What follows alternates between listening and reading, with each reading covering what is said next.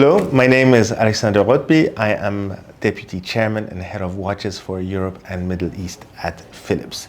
I would like to tell you the story of the Don Pancho, which is a watch that took me 20 years to find and bring to the market. In the late 1990s, I was reading a book called The Universe of Vacheron Constantin, and at the last pages, there was a few photos in black and white of watches that the brand had made and that were in their photo archives. I see this watch, a tonneau shape, retrograde date, minute repeater, and it immediately caught my eye. I did some research online. I did not find anything. A few years later, I met the good folks at Vacheron, asked them about it. Nobody really knew anything other than the photo and the reference number attached to the photo. In the mid-2000s, around 2008, 2009, I had launched a watch discussion forum dedicated to Vacheron Constantin called the Hour Lounge. One day I wake up, I see a message on the board saying, can anybody tell me about this watch? I click on the link, and normally these type of questions, you always had a bad fake or some totally, boring watch that was found in a flea market somewhere. And I see the first color photo of this watch that I had seen 10 years prior in the book. The dial was a bit damaged. The crystal was cracked. I wrote to the guy, we spoke a bit. Other members of the forum started posting, oh my God, this watch, it's been, everybody's been looking for it, it's a treasure, etc. And I think the poster got frightened, he got overwhelmed, so he totally disappeared. Fast forward 2016, I joined Phillips Watches, and I'm like, I need to find this watch and bring it to the market. I didn't remember the guy's name.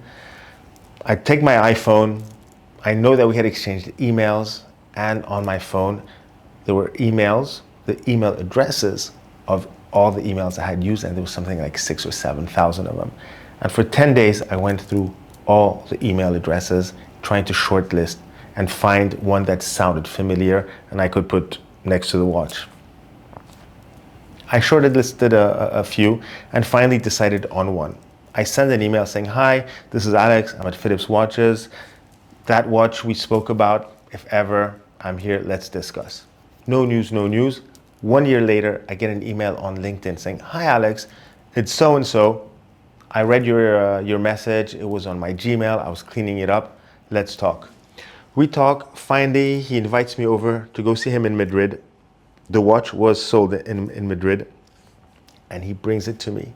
It used to be his great-grand uncle's watch. He brings it and I was so excited. This is first seen the watch in 1999 and I hold it in my hands in 2018. And there it was in its glory. Basically, nobody had touched that watch since the 1940s, other than the 2-3 people in the family. So it's a tonneau-shaped minute repeater, date and retrograde date on top of it. Unique piece, commissioned in the 1930s. The great-grand-uncle, he owned mines in Peru, and he was wearing it there. The watch, when it was in my hands, the dial was damaged, the crystal was cracked. The client said, you know what, take it, we want to sell it, we want to bring it to the market. It took a year to be restored properly by Vacheron Constantin, and it finally came to the market in 2019, exactly 20 years after I had seen it. For me, it was an incredible moment. It was a truly Indiana Jones moment of hunting a watch, focusing on it for 20 years, and finally bring it to the market, living with it for almost 6 months at the office, and finally seeing it go to one of the world's biggest private collections. So it was incredible. It was an incredible story, and I hope to have others like this where the hunt is as fun as finding the piece.